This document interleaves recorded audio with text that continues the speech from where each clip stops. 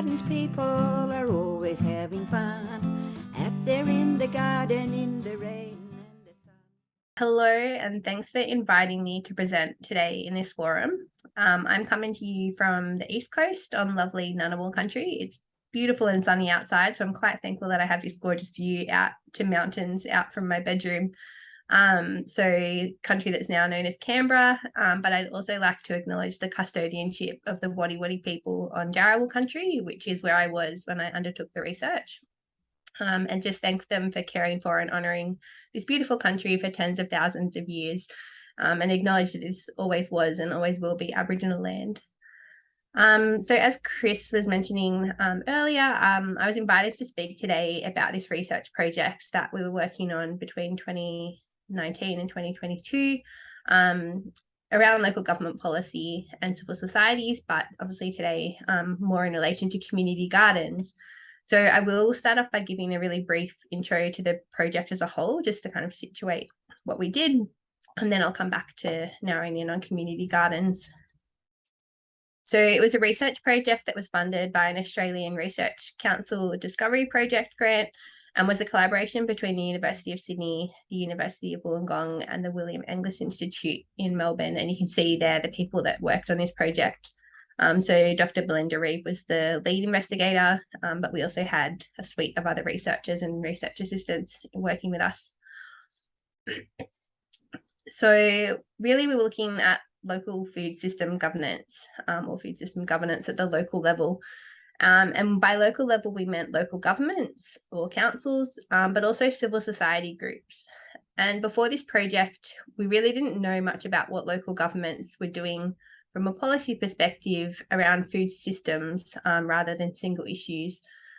And I understand that there's a lot of local government people in the room there, so I'm sure that you're familiar with governance when I say that, but we found through this project that a lot of the people we spoke to really struggled to articulate what that was.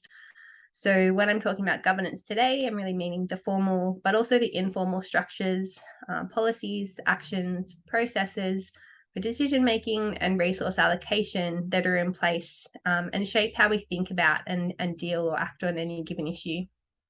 So overall, the project was aiming to discover the status and the nature of involvement in food system issues by Australian local governments and civil society organisations, but also to identify the enablers and barriers they faced. By doing this, we wanted to be able to identify pathways to strengthen governance at the local level, including through an integrated set of recommendations for policy and legislative change. So to answer those questions about how these councils and civil society were involved in food system governance, we conducted a series of studies, which are mapped out on the slide there. So we started by looking at all the food-related policies of all of the councils in New South Wales and Victoria, so that's 207 in total, to see what they were doing in relation to a framework of 34 recommended actions for local government. So recommendations for local government action on food systems, and these were nested under 8 broader domains of food system policy, health and wellbeing, sustainability and environment, economic development, food waste, food quality and safety, social policy, and planning frameworks. And this was huge, so I'm not going to go into any of the details about the methods or results of that today, but there are resources on our website, and that link there is on the slide, that explain what we did and what we found.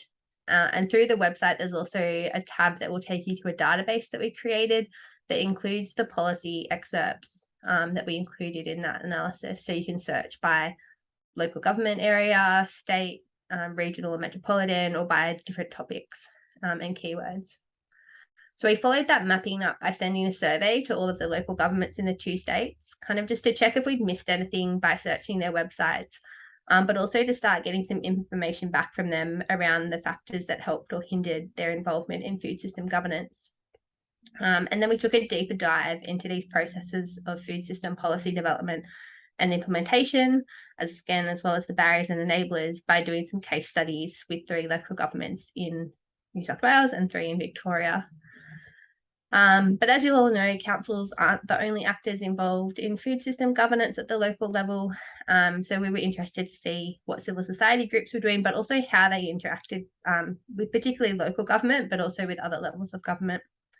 So we did a survey, which all Australian groups were invited to participate if they self-identified as being involved in food system governance.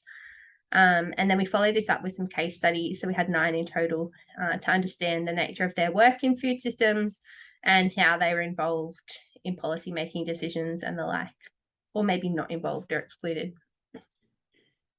So that's kind of the project as a whole, and I'm happy to answer any follow-up questions around that if you have them either today or via email.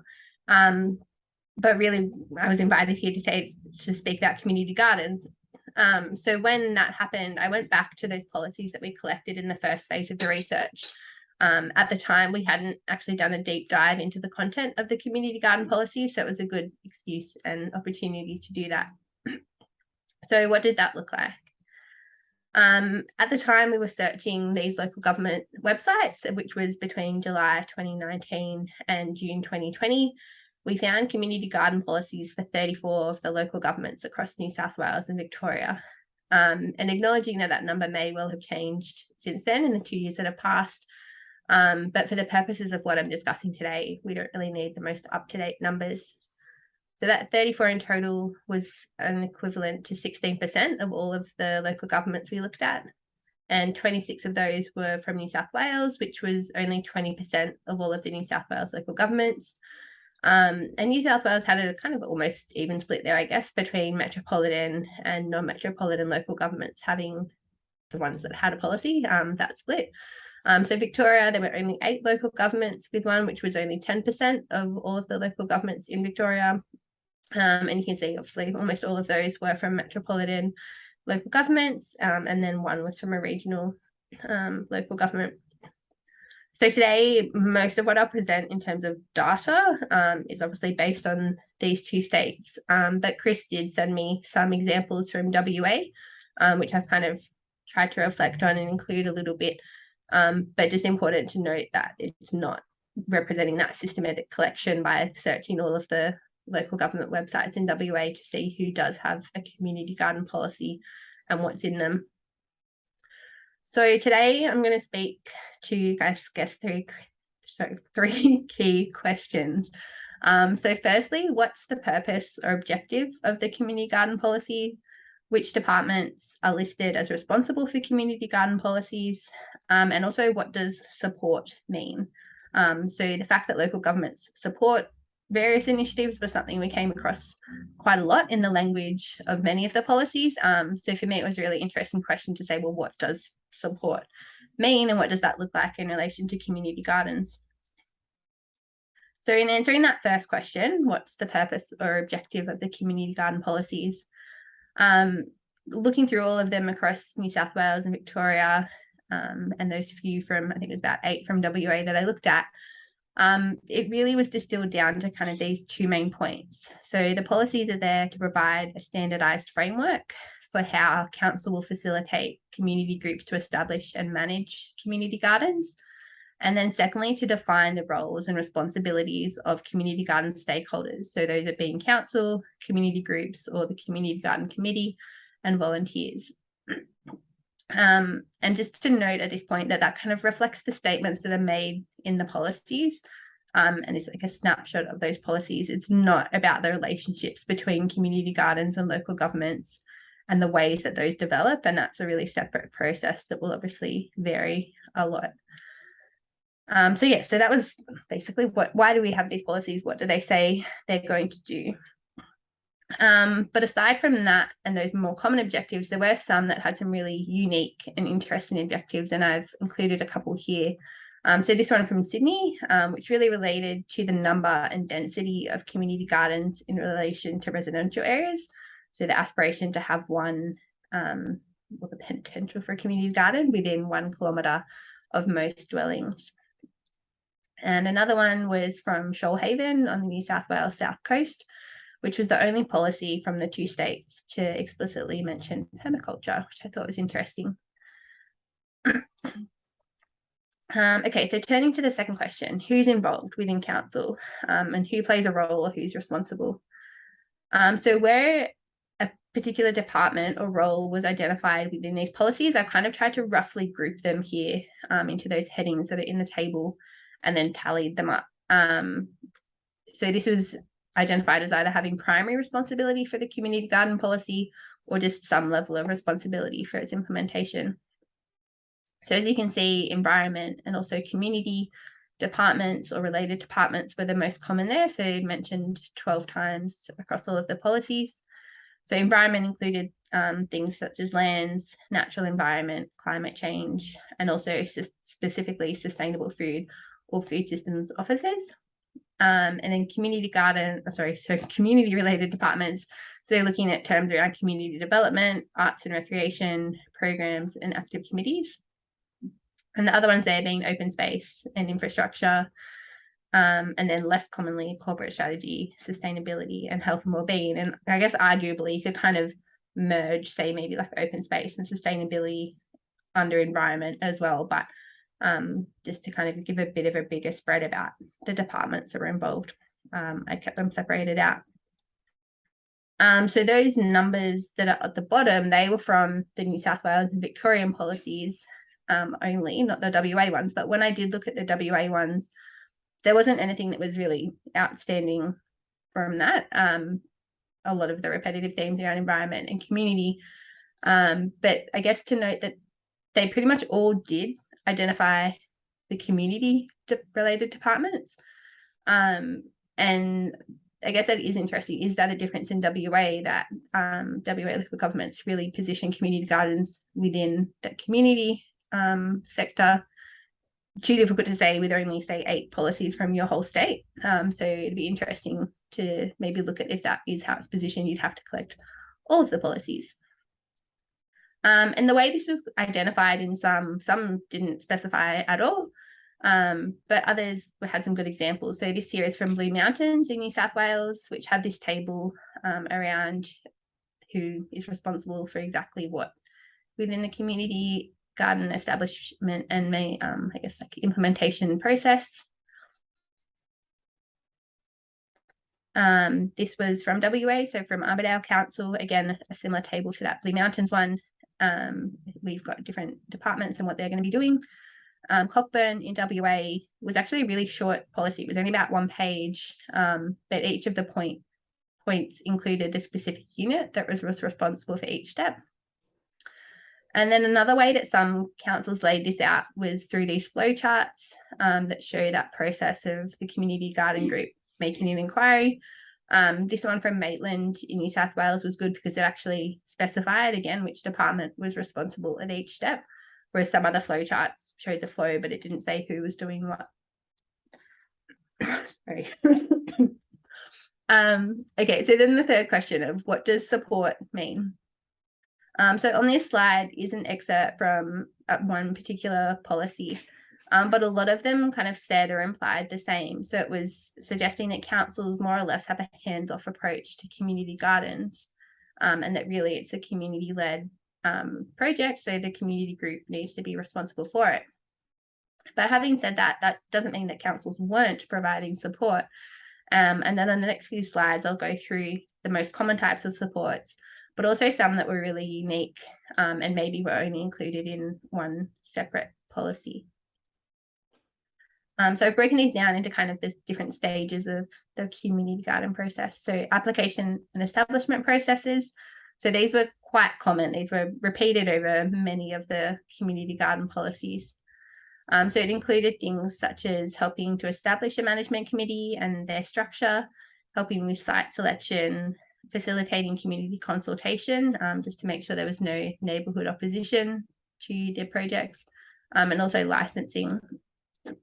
So notably, City of Sydney identifies a community gardens and volunteer coordinator who's a liaison for community garden groups, and they do things such as providing advice and support on grant applications and sponsorship, garden materials and costing of items.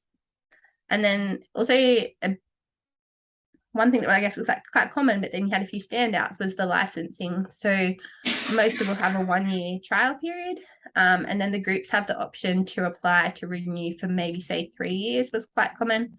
But some councils were a lot more generous and licensed for 5 years or up to 10 years in the case of the Blue Mountains. And if you're active gardeners yourselves, I'm sure you'll understand that it takes a long time, and the things that you can achieve in only 12 months in the garden might not be a lot. So I think it's really important to be looking to those longer term licensing agreements to establish that sustainability around community groups and their ability to produce food and I guess demonstrate success. So then once the gardens were established or approved, councils provided different types of support, obviously. So generally they stipulated that community gardens needed to be self-sustaining in terms of the funding, but councils did provide assistance with identifying grants and also assisting with completing applications in some instances. And these were generally for sources that were external to council rather than internal funding. So in-kind support was mentioned by quite a few, but was normally accompanied by the disclaimer of like when available. Councils also said that they connect gardeners and garden groups for networking and knowledge sharing, but it was pretty uncommon that they be specific about how they were going to do that, like what sort of activity that was going to look like. And also involved in delivering knowledge and skill building workshops for those groups. I'm doing okay. And so they were also involved in kind of admin tasks. So things like promoting community gardens on the council website, conducting activities to raise awareness of the benefits of community gardens among the general public, and also assisting with conflict resolution if it was necessary. So those were the really common things, but I've highlighted here on the next couple of slides some more unique things. So this is all of these points were from separate policies. There was and only would have been seen once across the whole sample. So interesting because they were so infrequent, but I also found this was quite interesting because all of these ones on here really point to the opportunities to increase the availability of land for community gardens, and also really pointing to the role of developers as key stakeholders in this conversation. So then once gardens were established, and what was unique here, so some councils said that they'd be a lot more involved in managing volunteers, as well as some involvement with the community garden committee itself. And then also just mention of events and things such as having a community gardens trail. And then just some other unique supports. So some mentioned other events such as community garden forums, giving free or reduced cost access to other community venues for that group, proactively reaching out to vulnerable population groups to encourage their participation in gardens, and also conducting evaluations. So given all of this, what does the best policy look like? I can't really say, and not because I don't want to, but I can't really say whether any of the policies I looked at is better than the others, because it depends on what we're measuring that by. What's the metric we're using? Is it the number of community gardens that are approved? That might not be the best measure, because maybe it's just that there's not enough community demand, and it might be a superb policy, but if you don't have the community demand to set up the gardens, then you're not going to have that outcome reached. But of course, each policy really needs to be reflective of the physical, cultural, social, economic context of both the council and the community. And it was quite fortuitous that over the weekend I was listening to a podcast that I'd had bookmark, and it's actually Naomi Lacey, the president of Community Gardens Australia, talking to Anthea Fawcett on Nourishing Matters to Chew On. And Naomi was talking about the Community Gardens Australia is in the process of developing up some template policies for councils. Not just one, there'll be some options to choose from. So keep in touch with them if you're interested in getting further information on that as it comes through. So the next few slides, I've just got a few recommendations. So what next? So for councils, obviously, if you don't have a community garden policy and want to develop one, I'd recommend thinking about the points that I presented today to work toward a strong and clear policy. And obviously modelling off an existing policy is a really easy way to get started. But I'd also really recommend that it'd be a great idea to collaborate with any existing gardeners in your area or neighbouring LGAs. Bring the sector knowledge in. If you do already have a policy, the next time it's due for review, you can see if it can be strengthened, including being more specific about or expand on the types of supports your council will provide, and again, consult the sector really thoroughly in that review process.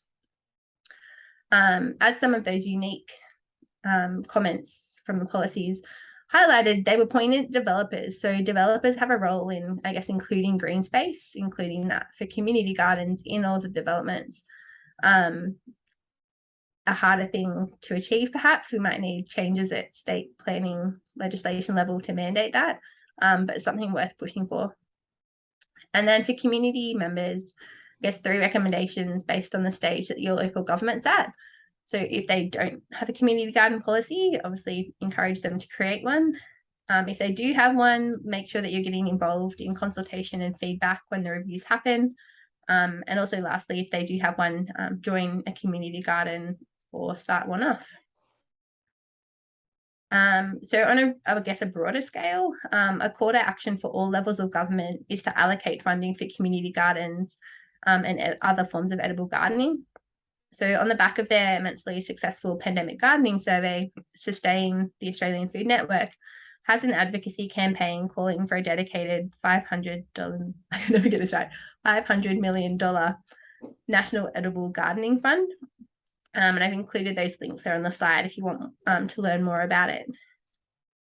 And I'd also invite you to get behind Sustain's Urban Agriculture Month, which is coming up in November, by hosting events. If you're in a garden, if you're a local government, encourage your community gardens to host events, organise things yourselves.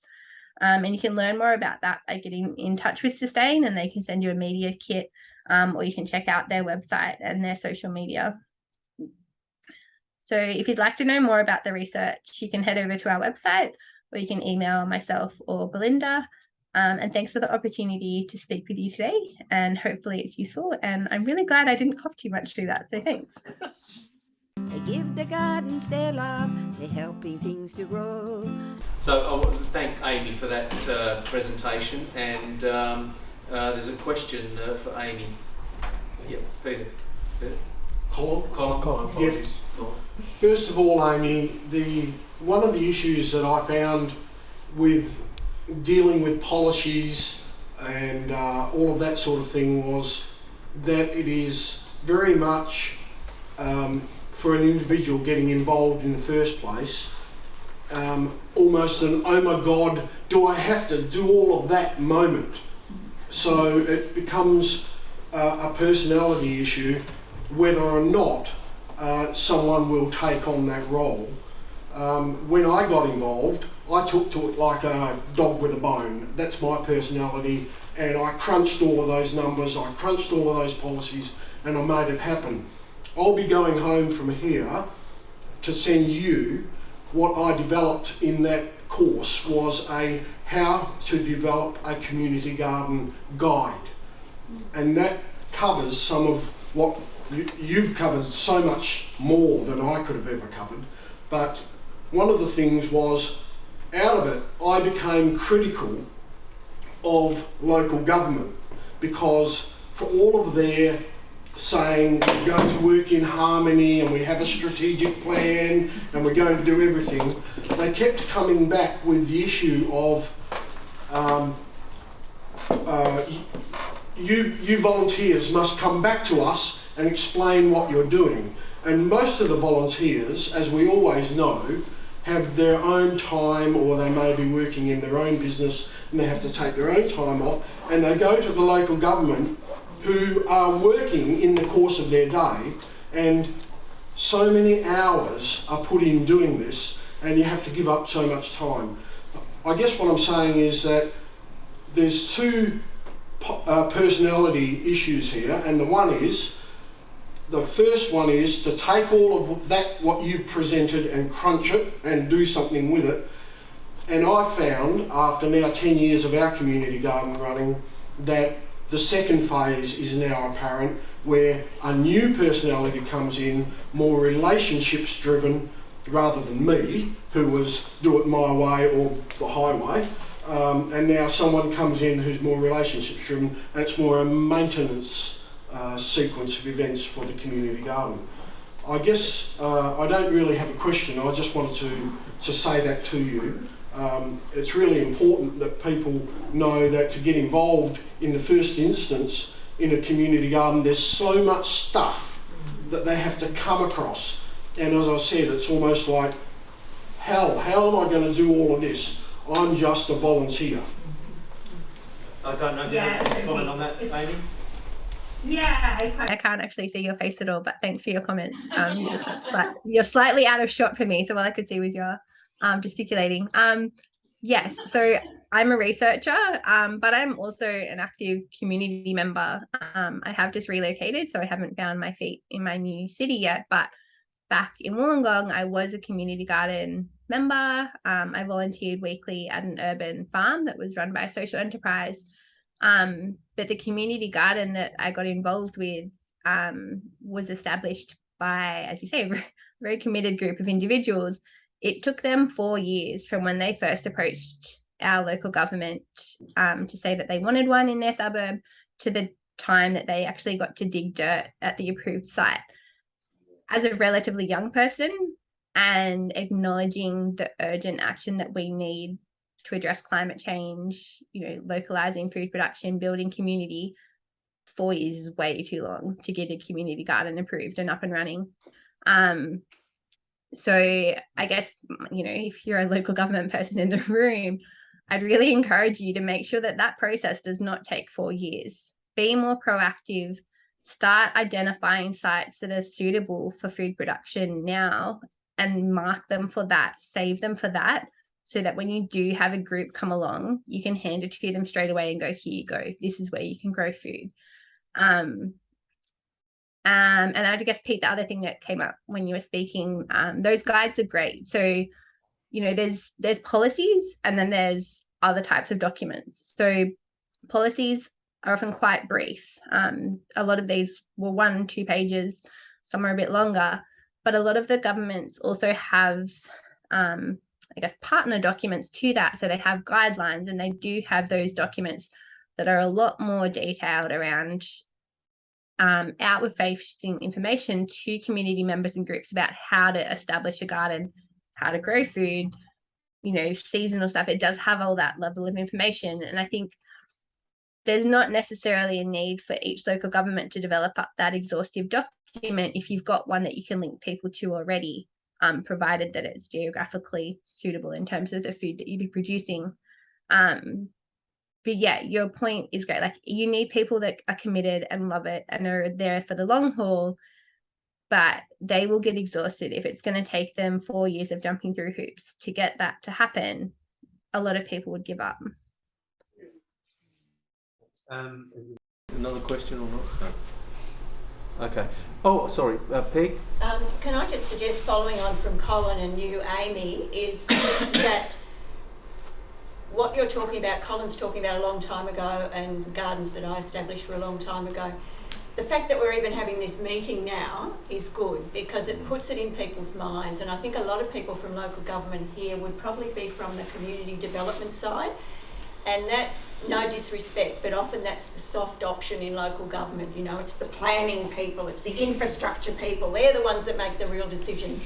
So bear in mind, and depending on where the land is, of course, too, if it's council land, but if it is council land, start the conversation in your councils. So, because nothing scares either council officers or councillors, which often have to make a final decision, more than something they don't know about. So start the conversation now so that there's people in the wider community that are actually talking about this, and it's interesting and it's possible, and it's not too scary to give part of that land to the wider community to try something. So the conversations even have to start to speed up that 4-year gap, to speed up the time. So to go back and talk to the rest of the local government, so it's not scary when the conversation comes up from another avenue. Comment? I think, Peg. Have you got any comment on that, Amy? It's a great point. I mean, you've got to start having the conversations. It's time for people to get used to ideas. But again, I think that survey that Sustain put out during the pandemic had an immense response. It was like 9,000 people or something responded to a survey. As a researcher, like, it's the dream. That is a huge response. Like, what? I mean, maybe it's because people are in lockdown and they're going, I don't have anything else to do. But the things that people were doing, they were gardening. So that report and that call to action for Sustain is a tool for all of you as well. It's to shake it in people's faces and go, look, people like gardening, not just for growing stuff. That's great. Well, sometimes it doesn't work out because the snails eat it or whatever. But people, it was part of their mental well-being. It was part of their coping. It's part of connecting to community in times that are really, really tough.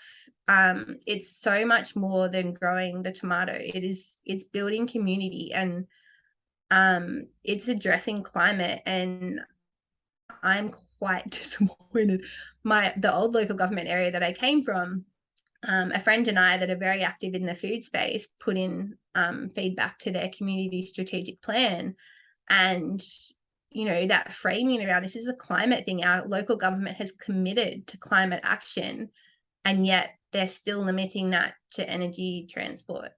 Like, they weren't accepting of the big role that food plays in that. So it's really about the framing and the different ways that you can get more people to be on your team.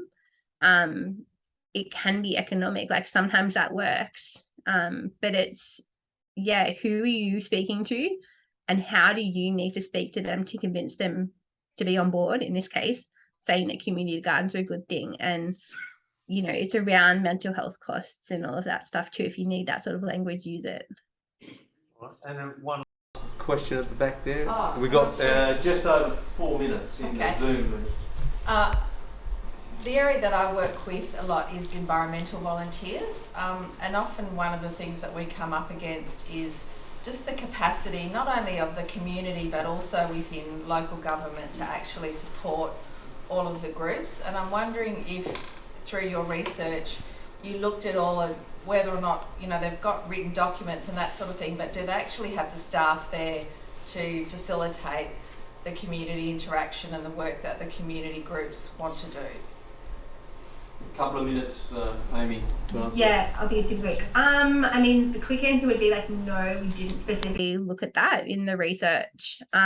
So particularly this community gardens aspect was really something that I only picked up once I was invited to speak in this forum.